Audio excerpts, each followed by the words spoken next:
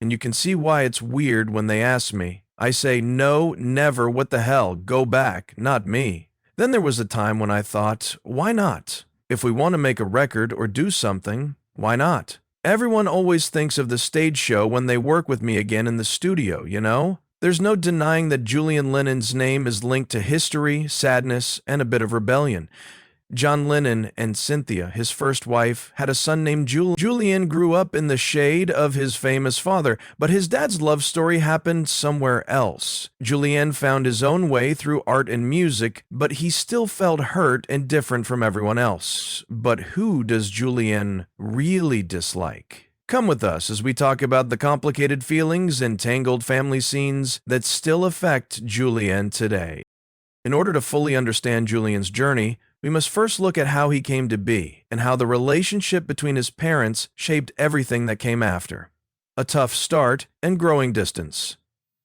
They met at the Liverpool College of Art in 1957 when they were both students. Even though Cynthia was already married, John's brave and honest personality made an impression right away. When she turned him down at first, he reportedly snapped, "I didn't ask you to marry me, did I?" They started going out together, and even though John was becoming more famous with the Beatles, he and Cynthia got married in 1962 when Cynthia got pregnant with their son, Julian. But their marriage wasn't what some people might think of as a fairy story. John had trouble controlling his feelings, which could make his relationship with Cynthia worse at times. In an honest 1980 interview with Playboy, John talked about those times and admitted that he had been angry. He said, "I used to be cruel to my woman, the body, any woman. I hit a lot."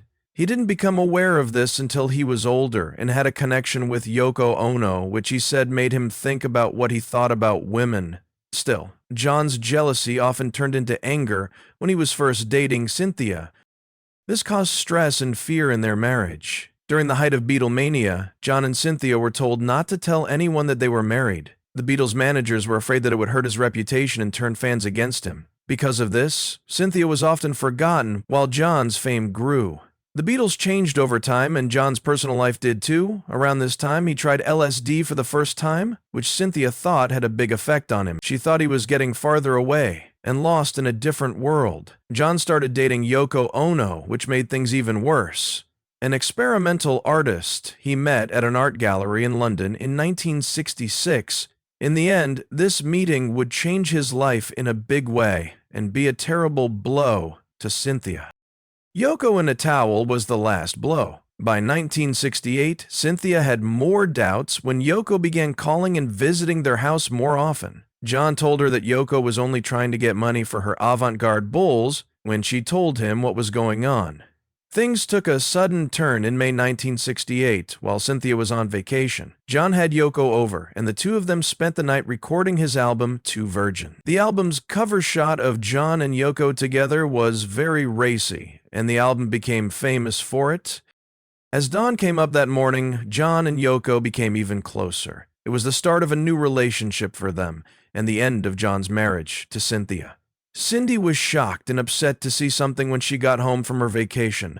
Yoko was at her house. Like it was nothing out of the ordinary to wear Cynthia's nightgown and drink tea with John. What John did was just as shocking. He just raised his head and said, "Hi." Cindy left the house to stay with friends because she was scared and hurt. She was shocked by what happened, but the real sadness would come soon after. More trouble was caused when Alexis Martis, also known as Magic Alex, said he had spent the night with Cynthia after she broke up with John and Yoko that night. Martis was an engineer and a friend of the Beatles. After a few weeks, Martis made things worse by telling Cynthia that John wanted a divorce and was going to try to get custody of Julian because she was cheating on him. John first said these things, but in the end he agreed to let Cynthia file for divorce on the same lines. This led to an out-of-court settlement where he gave her £100,000 sterling, 0 pence, a small annual payment, and custody of Julian. A last goodbye and the start of a new life for John.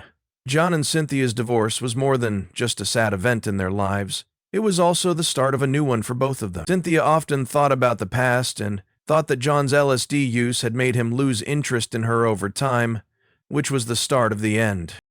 During an event in Wales, her role in John's life became painfully clear when a police officer didn't think she was in the group and wouldn't let her on a train with the Beatles. For Cynthia, this moment showed how far away she had become from her husband's personal and public life. John and Yoko's relationship got even stronger soon after they got divorced. John and Yoko married in 1969, just a few months after they broke up. It was one of the most talked about couples in music history. They stayed together until John's sad death in 1980. Mark David Chapman, an obsessed fan, shot and killed John outside of his home in New York City on December 8, 1980. This sad event shocked many, including Yoko. He was taken to the hospital right away, but when they got there, they said he was dead. This devastated everyone, especially Yoko. Chapman's acts were incredibly well planned. He didn't run away. Instead, he stood still, reading Catcher in the Rye until the cops showed up and put him in jail. Since then, he has been locked up and repeatedly refused parole, while Yoko keeps John's memory alive. With Cynthia, they had a son named Sean. In many ways, Sean represented the new life John had chosen after his failed marriage to Cynthia. Okay, but what about Julian? Julian Lennon, the journey of a son of a bug. Growing up as John Lennon's son was a mix of magic, fame, and hard times.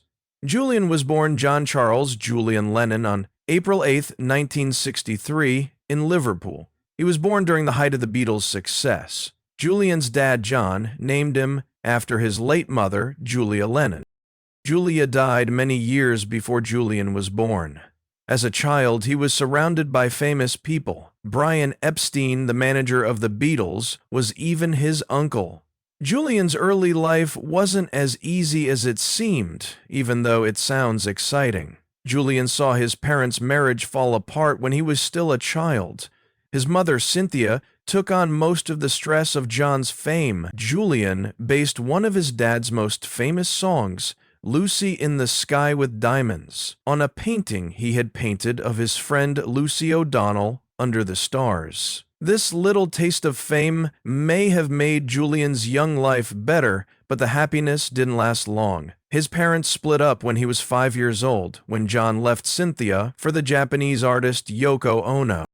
The split made Julian feel bad, and he spent most of his childhood away from his famous dad. Paul McCartney wrote Hey Jude to comfort Julian because he knew how much pain he was in. The song was first called Hey Jules, but McCartney changed it to Jude because he thought Jude would be easier to sing. Julian's relationship with his father would always be difficult, but times like these showed how much love other people had for him. Art and school days. Julian moved in with his mother, Cynthia, after his parents got a divorce. She did her best to give him a safe home life. Julian went to Kingsmead School in Hoylake, England, in 1974.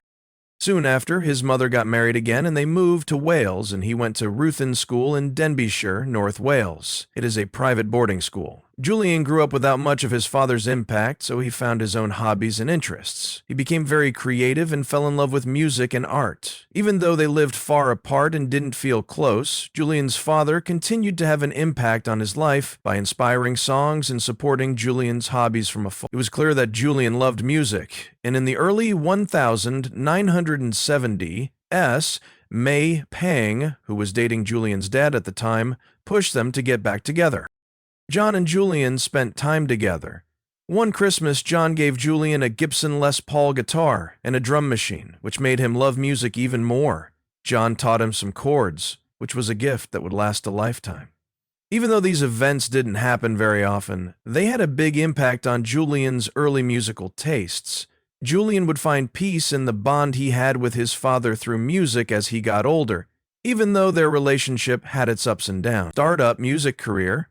Julian's big break into the music business came when he was only 11 years old and sang on his dad's album, Walls and Bridges. Afterward, he joked that he would have played better on the track Yai Yai if he had known it would be on the record.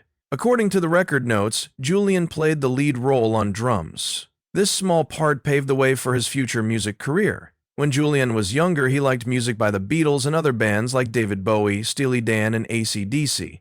These bands helped him develop his own style. Julian's first record, Velotte, came out in 1984 and was a big hit right away. It was produced by Phil Ramone and had hits like Too Late for Goodbyes. It also got him a Grammy nod for Best New Artist. The album's success was both good and bad for Julian because his talent was often compared to that of his father, which made it hard for him to find his own personality. Julian got a message from Paul McCartney wishing him well. This showed that some of his father's friends were rooting for him. People didn't like Julian's next record as much. The Secret Value of Daydreaming 1986, though. The album got mixed reviews, but it still made it to number 32 on the Billboard 200. The song Stick Around became his first #1 hit on the US album Rock Tracks chart. Julian kept trying new things in 1987.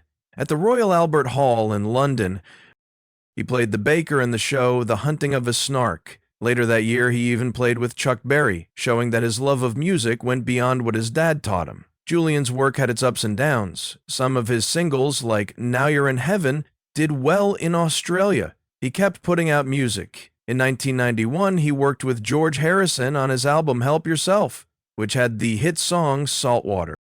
During this time, Julian also did a copy of Ruby Tuesday for the soundtrack of The Wonder Years, which showed that he could do a lot of different kinds of music, changing the subject, art, charity, and music again. Jules took a break from singing in the 1990s after meeting the Murning people of Australia. He became interested in art and helping others, motivated by their knowledge and the way they made him feel connected. It was never easy to learn to forgive, though. He said it was a process, one that he would keep coming back to when he thought about how he felt about his dad. Even after years had passed, he would sometimes say that it was still hard to fully forget, showing that he had to keep working to let go of hurts from the past.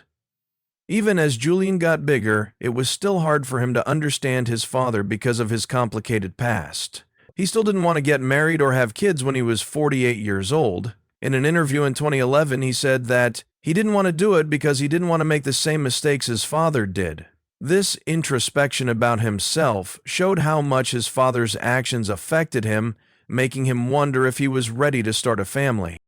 Over time, Julian watched the documentary Get Back about the Beatles. It made him think of his father in a new way. Julian felt like he was getting back in touch with the man he remembered from childhood as he watched John's youthful spirit and sense of fun. Julian's connection to Paul McCartney and the famous song Hey Jude have also always made him think of his father. McCartney wrote Hey Jude to comfort Julian after his parents split, but Julian has said that he has a love-hate relationship with the song. In fact, he said he's heard it more times than most people and doesn't really like it when his friends send him videos of kids playing and singing Hey Jude. Even though the song was important, it also carried the weight of those hard early years. Even so, he still loves the song's meaning and how it reminds him of McCartney's kindness during a hard time. Julian once said that he had thought about writing a book about his life, in which he might go into more depth about these deep, unresolved feelings. Julian had a popular father who had a hard time showing him love as a child, so his story is still complicated. If you asked him in 2020, he would say, coming to terms with his father's legacy has been a trip full of love, pain, and a need to put things to rest for Julian Lennon. Even now, John Lennon's life and decisions still have an effect on Julian, who is still trying to honor and make peace with his father's memory.